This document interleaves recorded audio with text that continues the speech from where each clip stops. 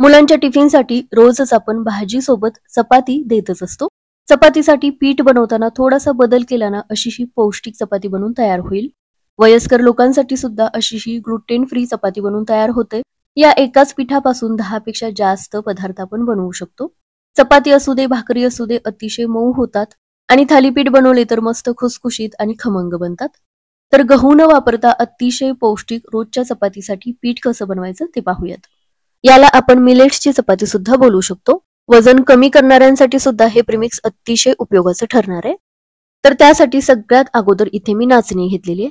नाचणीचे फायदे तर आपल्याला माहितीच आहेत. यामध्ये कॅल्शियम, लोह, प्रथिने भरपूर प्रमाणात असतात. तर इथे मी मेजरिंग कपने 1 कप नाचणी घेतलेली आहे. त्यानंतर 1 कप यामध्येच ज्वारी घेतलेली आहे. यामध्ये फायबर्स जास्त असल्यामुळे पचनशक्ती चांगली राहते. मुलं सुद्धा ज्वारीची भाकरी इतकी आवडीने खात नाहीत, पण या प्रीमिक्सची बनवलेली चपाती नक्कीच आवडीने खातील. त्यानंतर 1 कप बाजरी घेतलेली आहे. यामुळे पचनशक्ती तर चांगली राहते, शिवाय रोग प्रतिकारक शक्ती सुद्धा वाढते. बाजरीची भाकरी किंवा कुठलाही पदार्थ मुलं इतक्या आवडीने खात नाहीत, पण या प्रीमिक्स पासून बनलेला कुठलाही पदार्थ मुलं आवडीने खातील. त्यानंतर अर्धी वाटी इथे मी राजगिरा घेतलेला आहे. याचे तर भरपूर फायदे आहेत. हाडांच्या मजबूतीसाठी, केसांसाठी किंवा डोळ्यांसाठी सुद्धा अतिशय फायदेशीर आहे. महत्वाचं म्हणजे हे सगळे पदार्थ ग्लुटेन फ्री आहेत. त्यामुळे जे लोक ग्लुटेन फ्री आहार घेतात त्यांच्यासाठी हे खूपच फायदेशीर आहे. आता ही सगळी धान्य व्यवस्थित निवडून हवं तर ओल्या कापडाने पुसून घेऊ शकता. कढईमध्ये थोडा वेळ परतून पूर्णपणे थंड झाल्यानंतर गिरणीमधून गव्हाच्या पिठासारखंच अगदी बारीक दळून आणायचं. याचं पीठ मी घरीच करून घेतलेलं आहे. घरी जर आटा चक्की असेल तर 1 नंबरची जाळी वापरून असं पीठ करून घ्यायचं. तर अतिशय सोप्या पद्धतीने हे पीठ बनवून तयार झालेलं आहे. एखाद्या डब्यामध्ये भरून ठेवू शकता. आता सुरुवातीला हे पीठ वापरून चपाती कशी बनवायची ते पाहूयात. तर त्यासाठी एका भांड्यामध्ये अर्धा कप पाणी घेतलेलं आहे. यामध्ये चवीपुरतं किंवा थोडंसं मीठ घालायचं. अर्धा कप पाणी घेतलेलं होतं, त्यासाठी अर्धा कप आपल्याला हे पीठ लागणार आहे. ज्वारी, बाजरीच्या प्रकारानुसार पिठाचं प्रमाण एवढ्या पाण्यासाठी थोडंसं जास्त लागू शकतं. पाण्याला चांगली उकळी आल्यानंतर हे पीठ या पाण्यामध्ये घ्यायचं. सगळं चांगलं मिक्स करून घ्यायचं. गॅस बंद करायचा, यावरती झाकण ठेवायचं आणि 10 मिनिटे हे असंच ठेवून द्यायचं. तर या पद्धतीने पिठाची उकड काढून घेऊ शकता, किंवा याची भाकरी बनवायची असेल तर उकडून न घेता सुद्धा आपण नेहमी ज्वारीची भाकरी बनवतो त्या पद्धतीने सुद्धा बनवू शकता. तर 10 मिनिटानंतर हे पीठ परातीमध्ये काढून घेतलं. 3 ते 4 मिनिटे चांगलं मळून घ्यायचं. जास्त चिकटत असेल तर थोडंसं तेलाचा हात घेऊन मळून घेतलं तरी सुद्धा चालेल. यामध्ये राजगिऱ्याचं पीठ असल्यामुळे पीठ थोडंसं चिकट होतं, त्यामुळे थापून घेऊन सुद्धा याची भाकरी बनवणार असाल तरी सुद्धा तुटत नाही. यामध्ये गहू अजिबात वापरलेला नाही. नाचणी आणि राजगिऱ्यामध्येच बऱ्यापैकी चिकटपणा असतो, त्यामुळे याच्या चपात्या सुद्धा अगदी व्यवस्थित लाटून सुद्धा घेता येतात आणि मस्त फुगतात सुद्धा. थंड झाल्यानंतर सुद्धा मऊ राहतात. आता तेच थोडंसं पीठ लावून घेतलं आणि फुलक्यासारखी याची चपाती लाटून घ्यायची. तव्याला थोडंसं तेल किंवा तूप लावून घ्यायचं आणि दोन्ही बाजूंनी हलकेसे डाग पडेपर्यंत ही चपाती भाजून घ्यायची. गव्हाच्या पिठाच्या चपात्या तर आपण रोजच बनवत असतो, पण यामध्ये जी धान्य वापरलेली आहेत त्याची चपाती असू दे, भाकरी असू दे किंवा कोणताही पदार्थ असू दे, मुलांना इतका तो खायला सुद्धा आवडत नाही.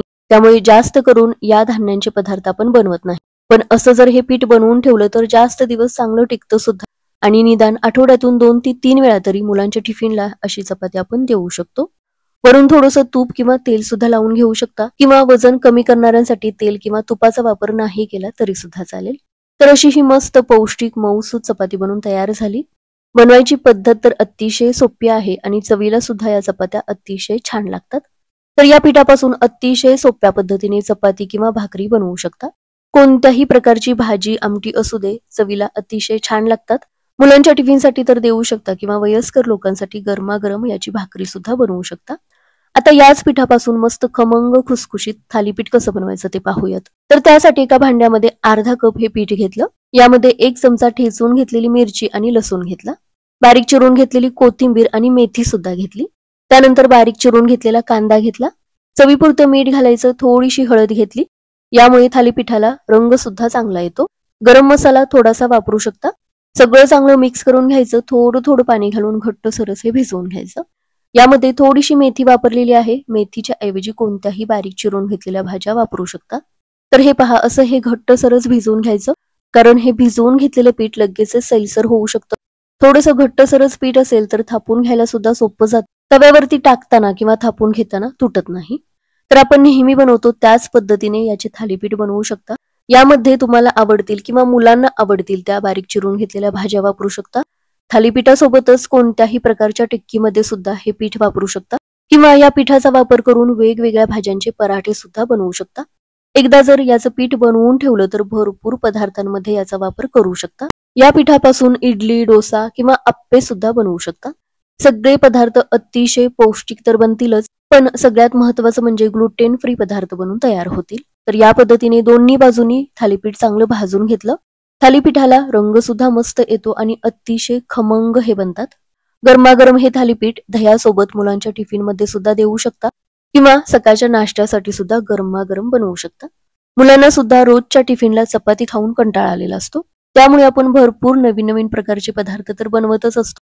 पण या पिठापासून रोजच्या चपातीपेक्षा अशी ही पौष्टिक चपाती तर बनवू शकते किंवा टिफिनसाठी सुद्धा इडली, डोसा, आप्पे, टिक्की या पिठापासून बनवू शकता.